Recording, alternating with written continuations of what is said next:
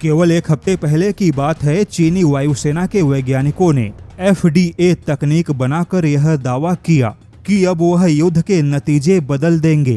किंतु एक हफ्ते के अंदर ही कुछ ऐसा हुआ कि इसी चीन के वैज्ञानिक, जो कि अपने FDA तकनीक को लेकर बड़े बड़े दावे कर रहे थे, युद्ध के नतीजे बदलने तक की बात कह दी। अब इसी चीन के वैज्ञानिकों ने भारत के MRS तैयारी को लेकर खुद अपनी वायुसेना को ही सावधान होने की चेतावनी दे दी। बता दें कि भारत और चीन के बीच में इलेक्ट्रॉनिक वॉरफेयर युद्ध की एक नई शुरुआत हो चुकी है। तो चलिए इस पूरी खबर को आसान भाषा में समझाते हैं। पिछले ही दिनों चीन के वैज्ञानिकों ने फ्रीक्वेंसी डाइवर्स एरे यानी FDA तकनीक में सफलता पाने का दावा किया। चीनी वैज्ञानिकों के इस दावे के मुताबिक उन्होंने अपने अवॉक्स जैसे हवाई सिस्टम को हवा में अदृश्य बनाने का दावा किया। दावे के मुताबिक उनका अवॉक्स सिस्टम हवा में होगा, फिर भी FDA तकनीक की वजह से भारत के रडार सिस्टम को पता नहीं चलेगा। यानी कि कुल मिलाकर चीन के वैज्ञानिकों ने दावा किया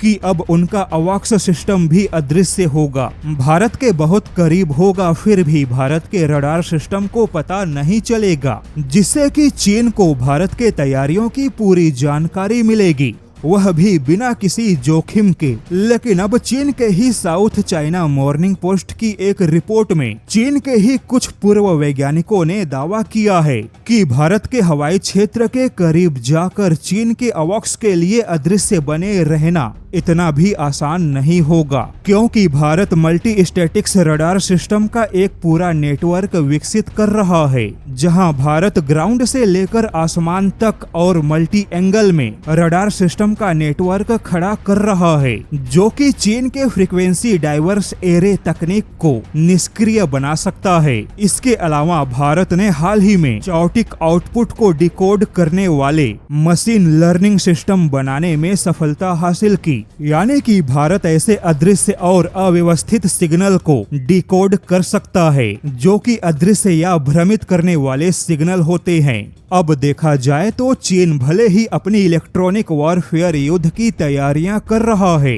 लेकिन चीन जानता है कि भारत भी इस इलेक्ट्रॉनिक वॉरफेयर युद्ध की तैयारियों में पीछे नहीं है। वहीं खुद भारत की जनता भारत के वैज्ञानिकों की ऐसी तकनीकी विकास को नहीं जानती होगी, लेकिन जैसा कि चीन हमारा दुश्मन है और दुश्मन होने के नाते चीन की नजर हमेशा भारत के तकनीकी विकास पर होती ही है।